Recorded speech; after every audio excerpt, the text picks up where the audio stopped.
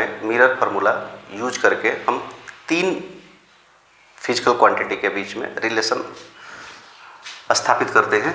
क्या है mirror formula? 1/v plus 1/u equal to 1/f। v क्या है? इमेज डिस्टेंस है। u क्या है? ऑब्जेक्ट डिस्टेंस है। और f क्या है? फोकल लेंथ है। ध्यान से सुनिएगा, v क्या है? इमेज डिस्टेंस है। u क्या है? ऑब्जेक्ट डिस्टेंस है। f फोकल लेंथ है। अब इन तीनों में से अगर किसी 2 का वैल्यू हमको पता रहता है तो हम तीसरे का वैल्यू पॉइंट आउट कर लेते हैं। जैसे किसी भी स्फेरिकल मिरर में अगर हमको v पता है, u पता है, तो हम f निकाल लेते हैं। उस मिरर का फोकल लेंथ क्या होगा? अगर फोकल लेंथ पता है, ऑब्जेक्ट का डिस्टेंस पता है, तो हम इमेज कहाँ बन रहा है, place of the image find out कर लेते हैं। और इस फार्मूला का यूज करते समय कार्टेशियन साइन का बहुत और बहुत ख्याल रखना पड़ता है, अदरवाइज हमारा कैलकुलेशन गलत हो सकता है। और कार्टेशियन साइन जस्ट प्रीवियस आपको बताया है कि कार्टेशियन साइन को किस तरह से यूज करना है। अब बात आती है कि हमको अगर मान लेते हैं कि एक मिरर है, सपोज डेट कहानी समझिए कि एक मिरर है, सपोज डेट ये मिरर है, इसका प्रिंसिपल एक्सिस है, ये पोल है, ठीक है, यहाँ पे एक प्रिंसिपल फोकस है, यहाँ पे सेंटर ऑफ कर्वेचर है, और बोल रहा है कि इस मिरर में कहीं इसी मिरर का हम फोकल लेंथ मान लेते हैं कि f है। फोकल लेंथ कितना है? f है। और u डिस्टेंस पे अगर हमारा कहीं ऑब्जेक्ट रखा हुआ है, प्लेस्ड किया गया है, तो यहाँ पे इमेज कहाँ बनेगा? तो बोल रहे हैं कि हमको ये पता है और भी का कैलकुलेशन करना है। तुरंत ये फार्मूला यूज करेंगे। और फार्मूला यूज करते समय मिरर का ध्यान रखेंगे कि ये कौन सा मिरर है, और मिरर कनकेव है तो ये हमारा निगेटिव हो जाता है, ये भी हमारा निगेटिव हो जाता है। और भी का आंसर अगर रियल इमेज बनेगा तो निगेटिव होगा, वर्चुअल बनेगा तो पॉजिटिव हो जाएगा, ठीक है ना। ये तो उस पर डिपेंड करता है कि कहाँ पे इमेज प्लेस ऑफ इमेज पे डिपेंड करता है, ठीक है। तो ये तो हम पता लगा लिए कि अगर किसी भी इस मिरर के सामने किसी भी ऑब्जेक्ट को किसी पॉइंट पे, किसी लोकेशन पे रखते हैं तो उसका इमेज कहाँ बनने वाला है, at what distance the image will be formed, ठीक है। अब हमको ये पता लगाना है कि जो इमेज बन रहा है उसका नेचर क्या होने वाला है। नेचर का मतलब, कहने का मतलब होता है कि वो काल्पनिक होगा, ठीक है, सीधा बनेगा, इरेक्ट होगा, या इन्वर्टेड बनेगा, क्योंकि किसी भी मिरर में इमेज जो है वो रियल भी बनते हैं, वर्चुअल भी बनते हैं, इरेक्ट भी बनते हैं, इन्वर्टेड भी बनते हैं, डिमिनाइश भी बनते हैं, इनलार्ज भी बनते हैं, और इक्वल साइज भी बनते हैं, ठीक है। तो इसका नेचर जो है किसी भी इमेज का पता लगाने के लिए उसका मैग्निफिकेशन जानना जरूरी होता है। तो मैग्निफिकेशन क्या होता है? What is magnification? तो मैग्निफिकेशन जो है उसको हम m से रिप्रेजेंट करते हैं, और एक्चुअल में वो रेशियो होता है किसका? हाइट ऑफ इमेज और हाइट ऑफ ऑब्जेक्ट का। बात समझ में?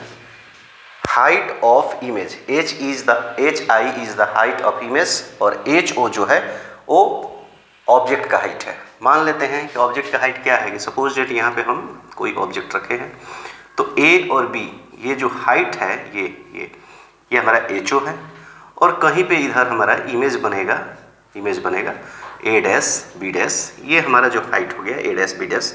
a b जो है वो ho है, और a डैश b डैश जो है वो हमारा h i है। और इन दोनों का रेशियो क्या होने वाला है? इसी रेशियो को हम मैग्निफिकेशन कहते हैं, m is equal to h i अपॉन h o। और इसी मैग्निफिकेशन के वैल्यू से हम ये पता लगा लेंगे कि इस जो इमेज बन रहा है उसका नेचर कैसा होता है। तो कैसे पता लगाएंगे? तो देखिए एक्चुअल में m का जो वैल्यू होता है 2 तरह का आता है, m इज पॉजिटिव और m इज निगेटिव, दोनों हो सकता है। m का वैल्यू पॉजिटिव भी हो सकता है और निगेटिव भी हो सकता है।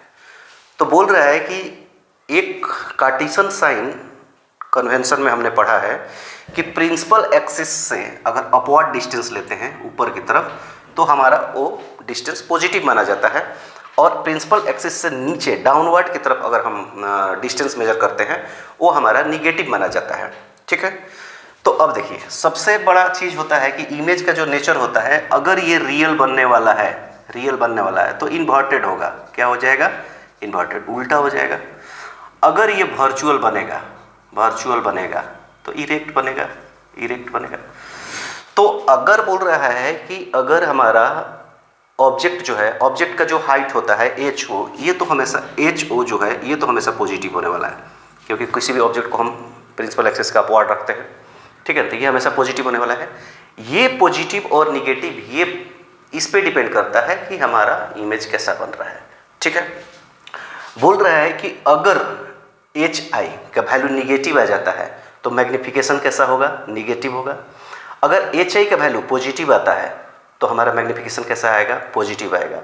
तो अगर हमारा मैग्निफिकेशन पॉजिटिव होगा, मैग्निफिकेशन पॉजिटिव, तो एच आई और एच ओ दोनों पॉजिटिव होगा, और पॉजिटिव के केस में दोनों सीधा सीधा बनेगा, इरेक्ट बनेगा, ठीक है। ऑब्जेक्ट तो इरेक्ट रखेंगे कि इमेज भी इरेक्ट हो जाएगा। तो इस टाइम में ये वर्चुअल इरेक्ट बनेगा। बात समझ में, ये क्लियर होना चाहिए। जैसे ही एम का वैल्यू पॉजिटिव आया, आपने एम का वैल्यू क्या है, एम का वैल्यू हाइट ऑफ इमेज और हाइट ऑफ ऑब्जेक्ट का रेशियो है। अगर ये वैल्यू पॉजिटिव है तो इमेज कैसा, इमेज नेचर कैसा होने वाला है इमेज का, तो वर्चुअल और इरेक्ट होने वाला है। अगर हमारा मैग्निफिकेशन का वैल्यू निगेटिव आता है तो हमारा कैसा बनने वाला है, ये बनने वाला है, नेचर इसका हो जाएगा रियल और इन्वर्टेड। बात समझ में, यही ध्यान रखना है। जब भी मैग्निफिकेशन आप निकालें तो मैग्निफिकेशन निकालते समय ये ध्यान रखें कि एम का वैल्यू क्या आ रहा है। एम का वैल्यू पॉजिटिव है, एम का वैल्यू निगेटिव है, और पॉजिटिव और निगेटिव साइन जब हम इस हाइट को लेते हैं, जैसे मान लेते हैं कि कोई ऑब्जेक्ट है, उसका हाइट 2 सेंटीमीटर, ठीक है ना, बन रहा है, कहाँ पे प्लेस किया गया है, इसका बहुत सारा फंक्शन होता है कि जैसे मान लीजिए कहाँ पे प्लेस किया गया है तो कहाँ इमेज बनता है, ये हमको पता होना चाहिए। या अगर क्वेश्चन में दे ही दिया गया है कि ये इन्वर्टेड वर्चुअल है, इरेक्ट है, तो वहाँ पे तो हमको पता लग जाएगा कि मैग्निफिकेशन इसका क्या आने वाला है। लेकिन अगर नहीं दिया गया है तो वहाँ पे हमको उसका नेचर किससे पता लगाएंगे, मैग्निफिकेशन से। और मैग्निफिकेशन अगर पॉजिटिव आ जाता है तो वर्चुअल और इरेक्ट आता है। बात समझ में। अब एम का वैल्यू निगेटिव आता है तो हमारा इमेज का नेचर होता है रियल और इन्वर्टेड, ठीक है। अब ये जो मिरर जो है, कॉनकेव हो या कन्वेक्स हो, दोनों में जब इमेज बनता है तो कैसा कैसा इमेज बनता है, तो बोल रहे हैं कि रियल इन्वर्टेड हो गया, ठीक है। एक होता है डिमिनाइश, ठीक है। उसके बाद इक्वल भी बनता है, कैसा बनता है, इक्वल। और दूसरा इनलार्ज बनता है, लार्ज बोले या बिगर बनता है। इसको हम ऐसा बोल सकते हैं, स्मॉल साइज, स्मॉलर, इक्वल, ठीक है, और ये बिगर, ठीक है ना। बात समझ में, तो बिगर बनेगा। तो 3 तरह का इमेज बनता है। तो किस सिचुएशन में डिमिनाइश बनेगा, किस सिचुएशन में इक्वल बनेगा, किस सिचुएशन में इनलार्ज बनेगा। तो अब देखिए एम का वैल्यू पॉजिटिव है और ये निगेटिव है, इससे हमको पता चलता है कि वर्चुअल और इरेक्ट बन रहा है। अगर पॉजिटिव है तो वर्चुअल इरेक्ट बन रहा है, निगेटिव है तो रियल और इन्वर्टेड बन रहा है। लेकिन एम का न्यूमेरिकल वैल्यू हमको देगा, अगर एम इक्वल टू 1 है तो हमारा इमेज कैसा होने वाला है, इक्वल होने वाला है। बात समझ में। मैग्निफिकेशन अगर 1 आता है तो इमेज का हाइट और ऑब्जेक्ट का हाइट दोनों सेम होगा। बोल रहा है कि एम इज ग्रेटर देन 1 होने वाला है तो हमारा इमेज जो कैसा है, इनलार्ज बनेगा। कैसा बनेगा, इनलार्ज बनेगा, ठीक है। और एम इज लेस देन 1 है तो बोल रहे हैं कि हमारा कैसा बनेगा, डिमिनाइश बनेगा, डिमिनाइश, ठीक है। अगर जैसे मैं यहाँ पे एग्जांपल ले लेते हैं, मैग्निफिकेशन का वैल्यू है, मैग्निफिकेशन इक्वल टू +3 है, ठीक है, +3 है। तो हम यहाँ पे ये कह सकते हैं कि व्हाट इज़ द मैग्निफिकेशन को देख के ही बता सकते हैं कि what is the nature of the image. तो इमेज जो है सबसे पहले पॉजिटिव है, साइन कैसा है, पॉजिटिव है, तो बोलेंगे कि वर्चुअल और इरेक्ट बना। और तीसरा वैल्यू 3 आया है, 3, तो मैग्निफिकेशन इज ग्रेटर देन 1, तो हम बोलेंगे इनलार्ज बन रहा है, ऑब्जेक्ट से ये इमेज बड़ा बन रहा है। बात समझ में। अगर जैसे बोल रहे हैं कि एम का वैल्यू एम इजकल टू -0.78 आ गया। अब इसमें देखो निगेटिव साइन दिया हुआ है, निगेटिव साइन देख के इस एम का वैल्यू से ही पता लग जाएगा। निगेटिव साइन से हमको पता चलता है कि ये रियल और इन्वर्टेड है। क्या है, रियल और इन्वर्टेड है। और ये वैल्यू देख के पता क्या चल जाता है, वैल्यू देख के पता चलता है कि एम का वैल्यू लेस देन 1 है तो ये डिमिनाइज बनेगा, और एम इक्वल टू 1 आएगा तो हमारा इक्वल बनेगा। तो ये हमारा है मैग्निफिकेशन। मैग्निफिकेशन के लिए अगर हमको HI/HO पता नहीं है तो एक फार्मूला हम और यूज करते हैं, वो है कि m इक्वल टू माइनस भी अपॉन यू। बात ही समझ में? अगर हमको इमेज का डिस्टेंस और ऑब्जेक्ट का डिस्टेंस पता हो, ठीक है, तो इस फार्मूला को यूज करके भी हम मैग्निफिकेशन निकाल सकते हैं। और इसके बेस पे हमारा दो फार्मूला बन गया, m equal to HI/HO, m equal to minus v by o. तो एक और रिलेक्शन क्रिएट होता है, HI upon HO equal to m मत लिखो, माइनस भी अपॉन यू। ये बोल रहा है कि हमको, अब देखो ये रिलेशन क्या दे रहा है, ये रिलेशन बता रहा है कि अगर हमको ऑब्जेक्ट डिस्टेंस पता हो, इमेज डिस्टेंस पता हो, और इसमें से एक पता हो, ऑब्जेक्ट हाइट पता हो, तो हम इमेज का हाइट निकाल सकते हैं। ठीक है, अब बोल रहा है कि इसमें से चारों में से अगर 3 पता है तो हम 1 निकाल सकते हैं। बात समझ में? और यहाँ पे बोल रहा है कि मैग्निफिकेशन में हमको 2 पता है तो मैग्निफिकेशन निकाल सकते हैं, यहाँ 2 पता है मैग्निफिकेशन निकाल सकते हैं। ये फार्मूला कब यूज करेंगे मैग्निफिकेशन निकालने के लिए? जब हमारे पास हाइट ऑफ ऑब्जेक्ट और इमेज, हाइट ऑफ इमेज नहीं हो। ठीक है, ये फार्मूला कब यूज करेंगे? जब हमारे पास u और v का वैल्यू पता हो। ठीक है, तो ये हमारा था magnification. Magnification is very important to know the nature of the image formed by spherical mirror. Thank you.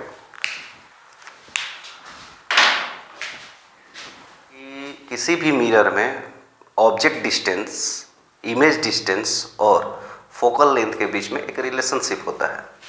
जैसे अगर हमारे पास कितने टाइप के मिरर होते हैं, तो 2 टाइप के मिरर होते हैं। One is concave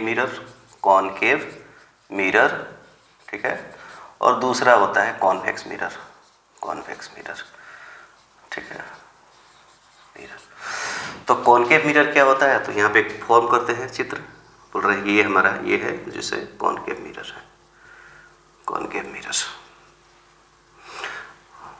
bulge out में कोटिंग होता है और रिफ्लेक्टिंग जो सरफेस होता है वो अंदर साइड में होता है। ठीक है ना, तो ये हमारा कॉनकेव मिरर है और यहाँ पे हम बना देते हैं कॉन्वेक्स मिरर। ठीक है, ये हमारा हो गया कॉन्वेक्स मिरर। रिफ्लेक्टिंग सरफेस जो हमारा बल्ज आउट के साइड में होता है। ठीक है, अब सब टर्म रिलेटेड टू मिरर सब पता है, क्या क्या पॉइंट होता है। तो सबसे पहला पॉइंट ये होता है कि हमको पता होता है पोल होता है। क्या होता है? पोल। दूसरा बात सेंटर ऑफ कर्वेचर होता है, कर्वेचर। तीसरा होता है रेडियस ऑफ कर्वेचर,